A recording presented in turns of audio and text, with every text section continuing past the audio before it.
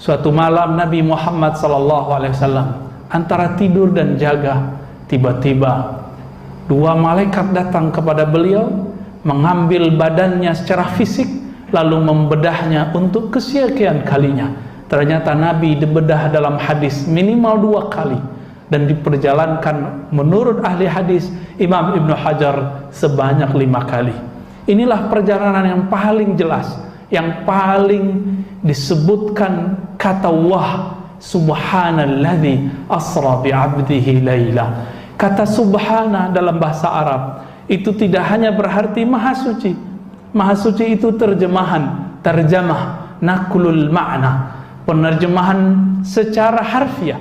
Tetapi makna subhana dalam bahasa Arab itu adalah ungkapan kekaguman. Maka orang Arab jika melihat sesuatu yang indah, yang cantik, yang gagah, mengatakan subhanallah, maha suci Allah. Itu terjemahannya. Tapi jika boleh kita merevisi sedikit terjemahannya, maha hebat Allah, sungguh hebat Allah. Maka tidak ada lagi perdebatan di situ, pakai roh, pakai badan, semuanya, bahkan sendalnya pun ikut terbang bersama beliau, baru namanya subhana. Jika hanya mimpi belaka, hanya ruhaniyah yang naik, maka tidak perlu digunakan kata subhana, maha suci. Nabi Muhammad SAW dibersihkan dulu dadanya, dan dikatakan di situ, lalu dituangkan ke dalam dadaku air iman dan hikmah.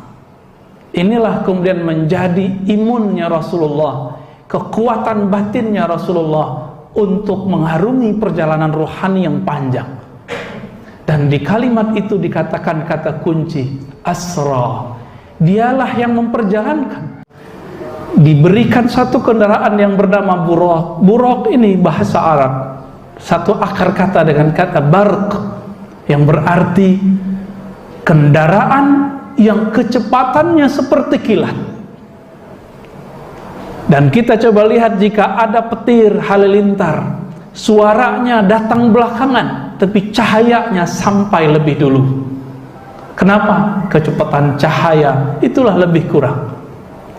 Ketika beliau diangkat, apa kata beliau? Sejauh mata memandang, kita tidak tahu mata siapa yang dimaksud beliau. Apakah matanya Buraq, atau matanya Jibril, atau matanya Nabi Muhammad SAW. Sampai di sanalah berhentinya Buraq.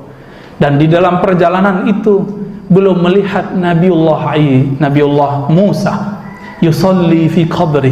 Beliau masih sholat di kuburnya. Bayangkan, nabi-nabi masih sholat di kuburnya.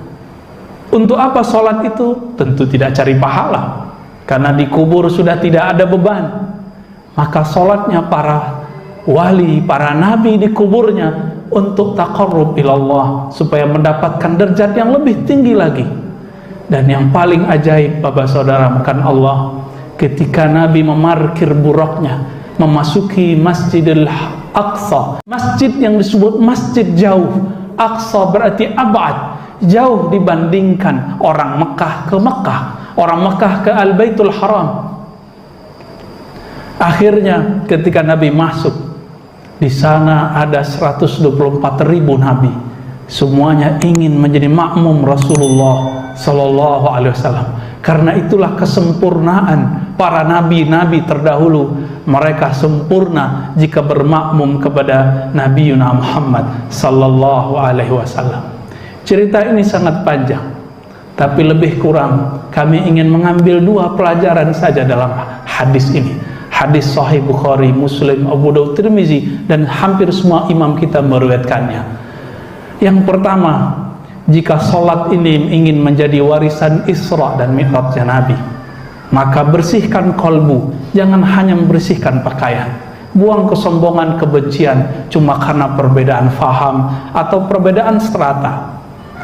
Yang kedua, lihatlah riwayat tadi.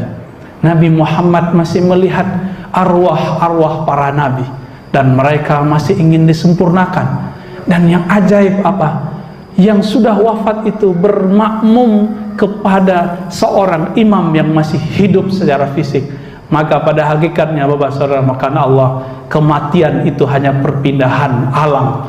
tubuh pulang ke tanah, tapi rohnya Allah yang ditiupkan kepada nabi-nabi tersebut masih hidup, bahkan lebih leluasa. Sebentar-sebentar pindah kemana, nanti yang sholat di bawah itu ketemu di langit pertama, yang ikut sholat di bawah itu ikut di langit kedua sampai ke langit ketujuh.